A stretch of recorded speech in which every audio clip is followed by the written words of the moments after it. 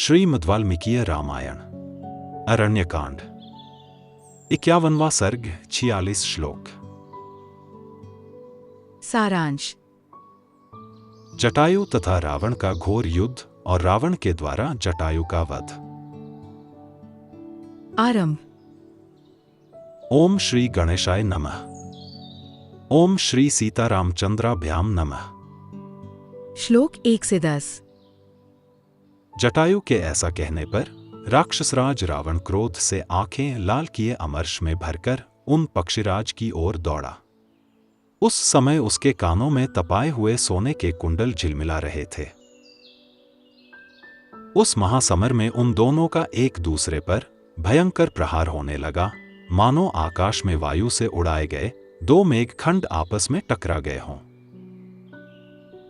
उस समय गृध्र और राक्षस में वह बड़ा अद्भुत युद्ध होने लगा, मानो दो पंखधारी माल्यवान पर्वत एक दूसरे से भिड़ गए हों। रावण ने महाबली गृध्रराज जटायु पर नालिक, नाराज तथा तीखे अग्रभाग वाले विकर्णी नामक महाभयंकर अस्त्रों की वर्षा आरंभ कर दी। पक्षीराज गृध्र जातीय जटायु ने युद्ध में रावण के उन बाण समूहों तथा अन्य अस्त्रों का आघात सह लिया। साथ ही उन महाबली पक्षी शिरोमणि ने अपने तीखे नखों वाले पंजों से मार मार कर रावण के शरीर में बहुत से घाव कर दिए। तब दशग्रीव ने क्रोध में भरकर अपने शत्रु को मार डालने की इच्छा से 10 बाण हाथ में लिए, जो कालदंड के समान भयंकर थे। महापराक्रमी रावण ने धनुष को पूर्णतः खींचकर छोड़े गए उन सीधे जाने वाले तीखे, पैने और भयंकर बाणों द्वारा, जिनके मुख पर शल्य अर्थात कांटे लगे हुए थे, से गृध्रराज को क्षत विक्षत कर दिया। जटायु ने देखा, जनक नंदिनी सीता राक्षस के रथ पर बैठी हैं और नेत्रों से आंसू बहा रही हैं। उन्हें देखकर गृध्रराज अपने शरीर में लगते हुए उन बाणों की चिंता न करके सहसा उस राक्षस पर टूट पड़े। महातेजस्वी पक्षीराज जटायु ने मोती मणियों से विभूषित बाण सहित रावण के धनुष को अपने दोनों पैरों से मारकर तोड़ दिया। श्लोक 11 से 20। फिर तो रावण क्रोध से भर गया और दूसरा धनुष हाथ में लेकर उसने सैकड़ों हजारों बाणों की झड़ी लगा दी। उस समय उस युद्धस्थल में गृध्रराज के चारों ओर बाणों का जाल सा तन गया। वे उस समय घोंसले में बैठे हुए पक्षी के समान प्रतीत हो रहे थे। तब महातेजस्वी जटायु ने अपने दोनों पंखों से ही उन बाणों को उड़ा दिया और पंजों की मार से पुनः उसके धनुष के टुकड़े टुकड़े कर डाले। रावण का कवच अग्नि के समान प्रज्वलित हो रहा था। महातेजस्वी पक्षीराज ने उसे भी पंखों से ही मारकर छिन्न भिन्न कर दिया। तत्पश्चात उन बलवान वीर ने सम्रांगण में पिशाच के से मुख वाले उन वेगशाली गधों को भी, जिनकी छाती पर सोने के कवच बंधे हुए थे, मार डाला। तदनंतर अग्नि की भांति दीप्तिमान मणिमय सोपान से विचित्र अंगों वाले तथा इच्छानुसार चलने वाले उसके त्रिवेणु संपन्न विशाल रथ को भी तोड़फोड़ डाला। इसके बाद पूर्ण चंद्रमा की भांति सुशोभित छत्र और चवर को भी उन्हें धारण करने वाले राक्षसों के साथ ही वेगपूर्वक मार गिराया। फिर उन महाबली तेजस्वी पक्षीराज ने बड़े वेग से चोंच मारकर रावण के सारथी का विशाल मस्तक भी धड़ से अलग कर दिया। इस प्रकार जब धनुष टूटा, रथ चौपट हुआ, घोड़े मारे गए और सारथी भी काल के गाल में चला गया, तब रावण सीता को गोद में लिए पृथ्वी पर गिर पड़ा। रथ के टूट जाने से रावण को धरती पर पड़ा देख सब प्राणी साधु साधु कहकर गृध्रराज की प्रशंसा करने लगे। श्लोक 21 से 30। वृद्धावस्था के कारण पक्षीराज को थका हुआ देख रावण को बड़ा हर्ष हुआ और वह मैथिली को लिए हुए फिर आकाश में उड़ चला। जनक किशोरी को गोद में लेकर जब रावण प्रसन्नता पूर्वक जाने लगा, उस समय उसके अन्य सब साधन तो नष्ट हो गए थे, किंतु एक तलवार उसके पास शेष रह गई थी। उसे जाते देख महातेजस्वी गृध्रराज जटायु उड़कर रावण की ओर दौड़े और उसे रोककर इस प्रकार बोले।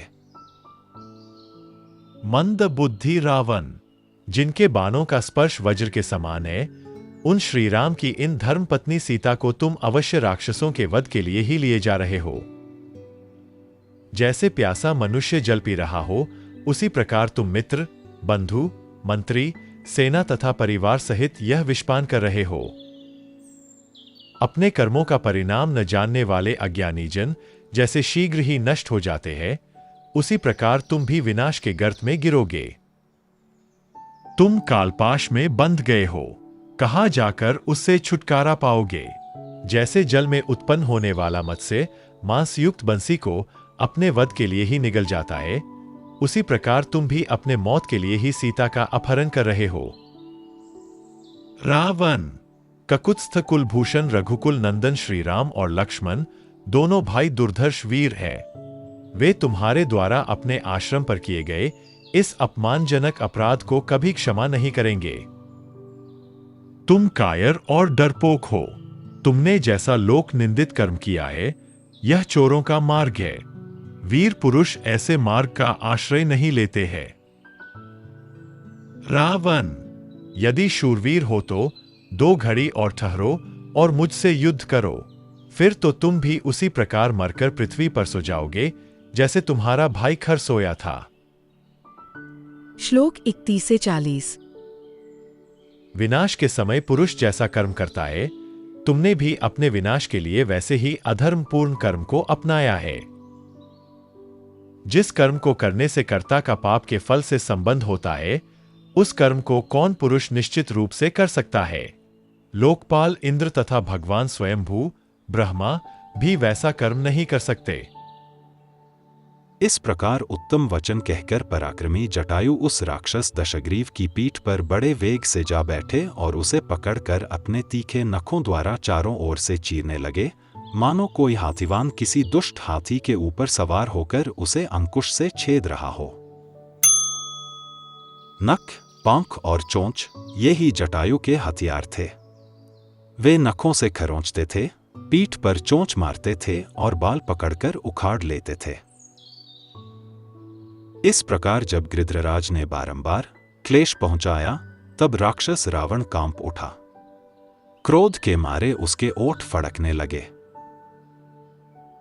उस समय क्रोध से भरे हुए रावण ने विदेह नंदिनी सीता को बाईं गोद में करके अत्यंत पीड़ित हो जटायु पर तमाचे का प्रहार किया।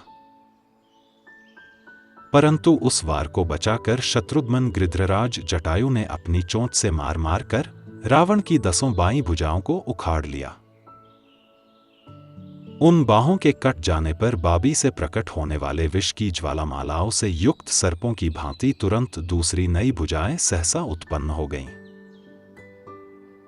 तब पराक्रमी दशानन ने सीता को तो छोड़ दिया और गृध्रराज को क्रोधपूर्वक मुक्कों और लातों से मारना आरंभ किया। श्लोक 41 से 46। उस समय उन दोनों अनुपम पराक्रमी वीर राक्षसराज रावण और पक्षीराज जटायु में 2 घड़ी तक घोर संग्राम होता रहा। तदनंतर रावण ने तलवार निकाली और श्री रामचंद्र जी के लिए पराक्रम करने वाले जटायु के दोनों पंख, पैर तथा पार्श्व भाग काट डाले। भयंकर कर्म करने वाले उस राक्षस के द्वारा सहसा पंख काट लिए जाने पर महागृध्र जटायु पृथ्वी पर गिर पड़े। अब वे थोड़ी ही देर के मेहमान थे। अपने बांधव के समान जटायु को खून से लथपथ होकर पृथ्वी पर पड़ा देख सीता दुख से व्याकुल हो उनकी ओर दौड़ी। जटायु के शरीर की कांति नीले मेघ के समान काली थी। उनकी छाती का रंग श्वेत था। वे बड़े पराक्रमी थे, तो भी उस समय बुझे हुए दावानल के समान पृथ्वी पर पड़े हुए थे। लंकापति रावण ने उन्हें इस अवस्था में देखा। तदनंतर रावण के वेग से रौंदे जाकर धराशायी हुए जटायु को पकड़कर चंद्रमुखी जनकनंदिनी सीता पुनः उस समय वहां रोने लगी। इस प्रकार श्री वाल्मीकि निर्मित आर्ष रामायण आदि काव्य के अरण्यकांड में 51वां सर्ग पूरा हुआ। Presented by doctor T.K. Bansal, a blind scientist. Please like and share this video, and don't forget to subscribe my channel. Jai Shri Ram.